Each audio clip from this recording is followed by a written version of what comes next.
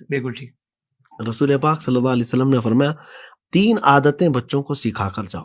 جی 3 عادتیں اب گن کر کے. سبحان اللہ. حضور پاک صلی اللہ علیہ وسلم فرماتے ہیں سب سے پہلے اپنے نبی کی محبت سکھاؤ. واہ واہ واہ واہ. دوسرے نمبر پر ان کی اہل بیت کی محبت سکھاؤ. 3 چیزوں کا ذکر ہوا ہے. اور اس کے بعد حضور پاک صلی اللہ علیہ وسلم فرماتے ہیں کہ قرآن کی تلاوت سکھاؤ. بہت اچھا. یہ 3 چیزیں بچوں کو سکھایا آپ نے تو گویا کہ ان کو ایک بہت بڑا خزانہ دے دیا آپ نے. محبت مصطفیٰ ایک ایسی لازوال دولت ہے جو ساری دولتوں کو کھینچ کر تمہارے اندر لے آئے گی. بالکل ایسا ہی. سبحان اللہ. سارے علوم و فنون کا ماہر آپ کو بنا دے گی. اچھا اور ایک اسلوب جس کو ہمارے بزرگوں نے فرمایا ہے اسلوب نبوی کیا ہے اولاد کی تربیت میں کس عمر میں کیا سکھانا چاہیے یہ بھی معنی رکھتا ہے نا. آپ کب اس کو کبھی کبھار کیا ہوتا ہے جیسے پہلا بچہ ہے نا ماں باپ بہت زیادہ ایکسائٹیڈ ہوتے ہیں اور سب کچھ دینا چاہتے ہیں اس کو.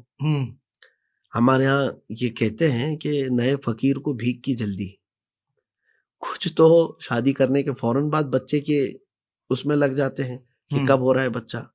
اب ہو جائے تو اب کچھ لوگوں کو یہ لگتا ہے کہ اسی بچے کو سب کچھ کرنا ہے بلکہ آپ کو تحمل کے ساتھ اس کی تربیت پر توجہ دینا ہے.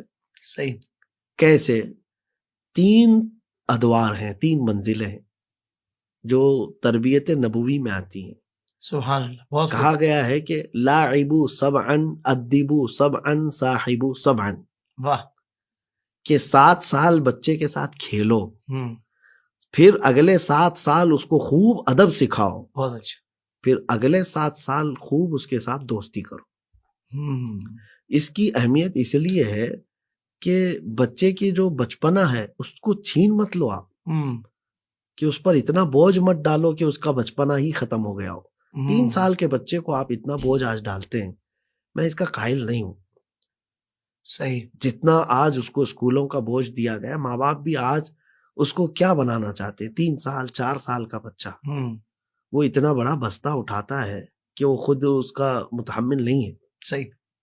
اور اس وقت تربیت نبوی یہ ہے کہ اس کو صرف کھیلنے کے لیے رکھو. اس کا بچپنا اس سے مت چھیلو. اور اس کے بعد 7 سال کا جب ہو جائے تب اس کو ادب دینا ہے. آپ کو خوب ادب دو. یہاں کچھ لوگوں نے الٹا کر رکھا ہے. 7 سال جب اس کے شروع ہو گئے تب تو اس کو چھوڑ ہی دیا. ادب کب سکھا رہے تھے؟ شروع میں ہی سکھا رہے تھے. یا تو پھر اس کے ساتھ کھیلتے رہے یا اسکول کی نظر اس کو کر دیا. عام طور پر گھروں کا حال اب یہ ہو گیا ہے سنڈے ٹو سنڈے تو باپ ملتا ہے ان سے. بچہ اسکول گیا ہے وہ صبح اٹھ کر کے اگر گیا ہے تو باپ سو رہا تھا یا باپ صبح جا رہا تھا تو بچہ سو رہا تھا. اور جب باپ گھر آیا ہے واپس گھر تب تک بچہ سو چکا ہے. یہ ہوتا ہے. یہ ہو رہا ہے. اس کو صرف اسکول ہی نہیں ہے اسکول بھی ہے ٹیوشن بھی ہے اس کا مدرسہ بھی ہے. ساری چیزوں کا ایسا اس کے ساتھ وہ ہے کہ ماں باپ بچے کے ساتھ وقت ہی نہیں گزار پا رہے. اور مفتی صاحب پھر یہاں معذرت ایک جملہ کہنا چاہتا ہوں کہ چھٹی والے دن پھر اس کو ایک راؤنڈ لگوا دیا بچوں کو سمجھنے کے حق ادا کر دیا. ہاں یہ بھی آ گئی کہ سنڈے ٹو سنڈے جو مل رہے ہیں وہ بھی پکنک کے بہانے اور وہ بھی لے کر کے کہیں چلے گئے کھلا پلا دیا آ گئے.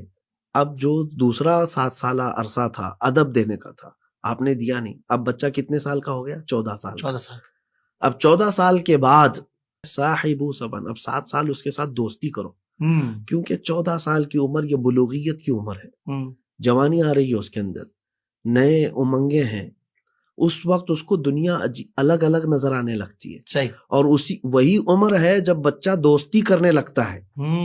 اس وقت اگر ماں باپ ہی اس کے دوست بن جاتے تو پھر وہ دوسروں کی ایرے غیرے کی دوستی کا شکار نہیں ہوتا جو اسے برباد کرتے. بالکل ایسا ہی. تو اب یہ دوستی کرنے کا وقت تھا کہ 14 سال سے لے کر 21 سال تک ہر ماں باپ اپنے بیٹے کے سب سے بہترین دوست بن جائے اپنے اولاد کے دوست. کہ وہ کچھ شیئر کرنا چاہے تو ماں باپ کے سامنے کر لے ماں باپ اس کے سامنے کرے. تو یہ دوستی والا ماحول اس کو 14 سال سے لے کر 21 سال تک رکھنا ہے کیونکہ یہ غلط دوستی کے ہاتھ میں نہ پڑ جائے. بہت اچھا. یہ بھی ہے. ایک اور یہاں پر ذکر کر دوں کہ بہت ساری ہیں 3 چیزیں اور ہیں جو میں سمجھتا ہوں کہ بچوں کو اب ہونا چاہیے. کہ فرمایا گیا کہ 3 چیزیں اور بھی سکھاؤ ان کو. وہ کیا ہے؟ گھوڑ سواری ہے تیر اندازی ہے اور پھر تیرنا سکھانے کی بھی متعلق ہے کہ سوئمنگ بھی سکھاؤ. یہ سب چیزوں سے تو ہم نے اپنے اولاد کو دوری کر لیا ہے. آج کے زمانے میں آپ کیا سکھا رہے ہیں؟ مسلسل اس کے ہاتھ میں موبائل دے کر گیم دے رہے ہیں. اپنے سے توجہ ہٹانا ہے تو بچے کے لیے آسان ذریعہ آج بن گیا ہے کہ اس کے ہاتھ میں موبائل دو, 1 گھنٹہ 2 گھنٹہ فرصت ہے, اپنا کام کر, ہمیں اپنا کر رہے ہیں. تو یہ آپ تو اس کو زہر دیے جا رہے ہیں. جی یہ سب سے ہم سب کے گھر بھی جوجھ رہے ہیں, ہم آس پاس دیکھ رہے ہیں ان تمام معاملات کو. اللہ اس سے نجات عطا فرمائے. آمین, اللہم آمین, اللہم آمین. اس ایڈکشن سے بچوں کو ہٹائیں.